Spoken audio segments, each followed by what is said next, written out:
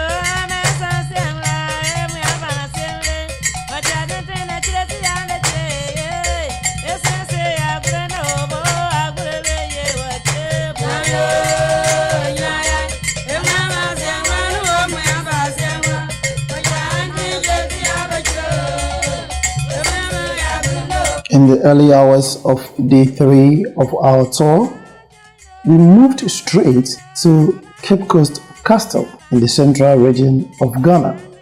Cape Coast happens to be the former capital of Ghana until it was moved by the British colonial authority in 1877.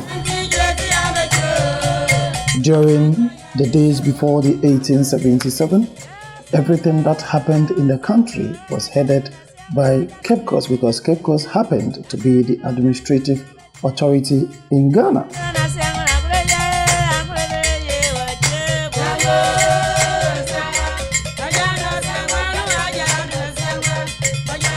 Now let's get some brief history about the Cape Coast Castle. In the early part of the 1650s, the Swedish began the construction of the Cape Coast Castle. The initial objective of the castle was to serve as a trading post for the European nations. The castle was initially called Carlsberg Fort. This castle actually was controlled by the Royal African Company, just that they had some group from Liverpool, Bristol, London, Manchester. So one trading unit wouldn't be allowed to take over all the company. So we marked them for easy identification. They would set fire, place in metals that had their embossed designs underneath them. A metal seen red hot is picked from the fire, removed into an oil, and nailed directly onto your chest, shoulder, back. But as a female, your shoulder, back, or arm, because they had breasts. Some preferred piercing them, giving them tags, and others were given metals like anklets. Then they separate the males from the females. So all the males will be moving this way, and females also into their respective dungeons. You stay in the castle until ships were ready to get you from this place. Whilst awaiting your ship, they will use you to work in the castle.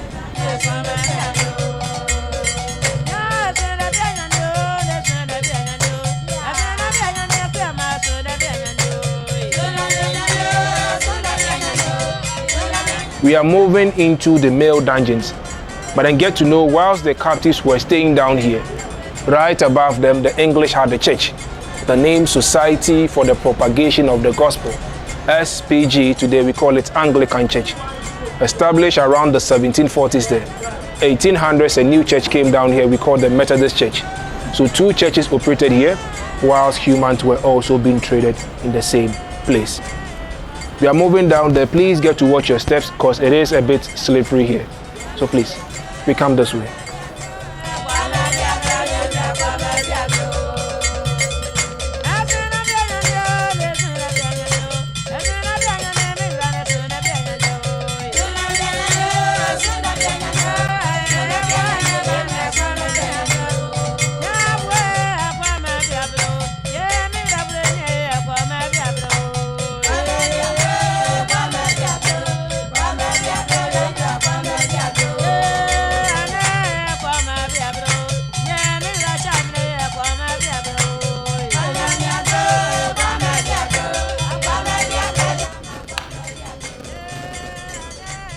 The dungeons those days had no light, and once they get you here, the 3 holes you see up there do provide the captives with light and as well serve as their source of ventilation.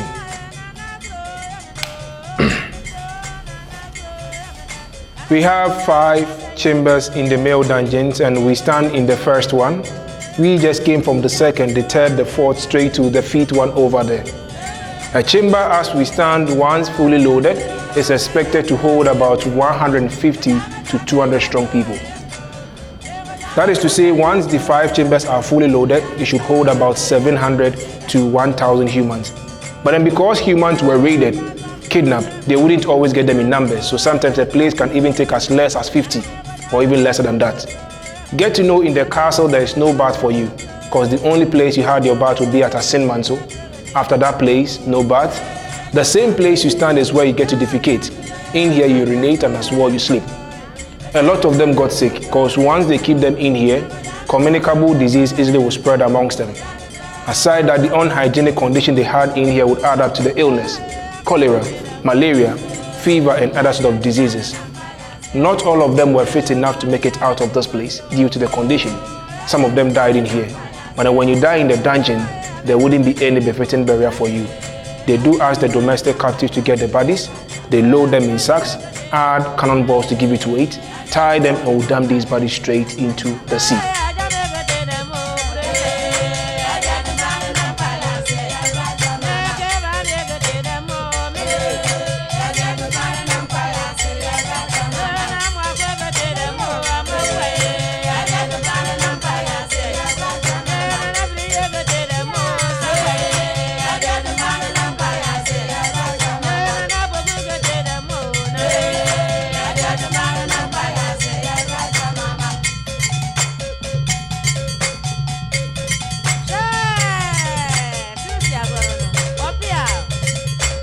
So moving into the dungeons, you remember me saying there happens to be a church right above us with the name Society for the Propagation of the Gospel. Before you walk in out of the church, you get to smell, you get to hear, and as well see everything that was happening in the 3rd chamber through this hole. Because the hole we see up here happens to be right in front of the church. So whilst they were walking in to say love your neighbor as yourself, directly beneath them other neighbors were also struggling. Thou shalt not kill, humans were being killed in the castle. Thou shalt not commit adultery, females as well were being raped in the same castle.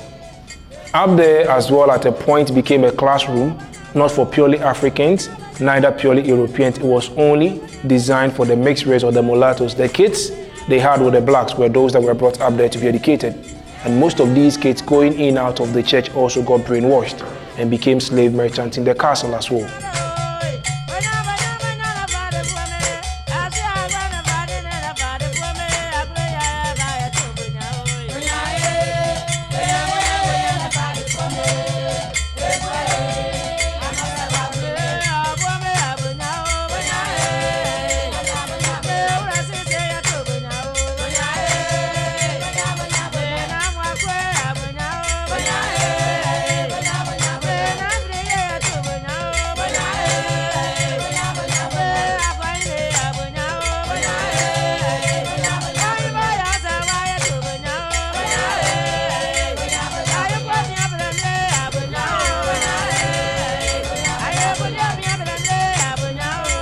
Alright, so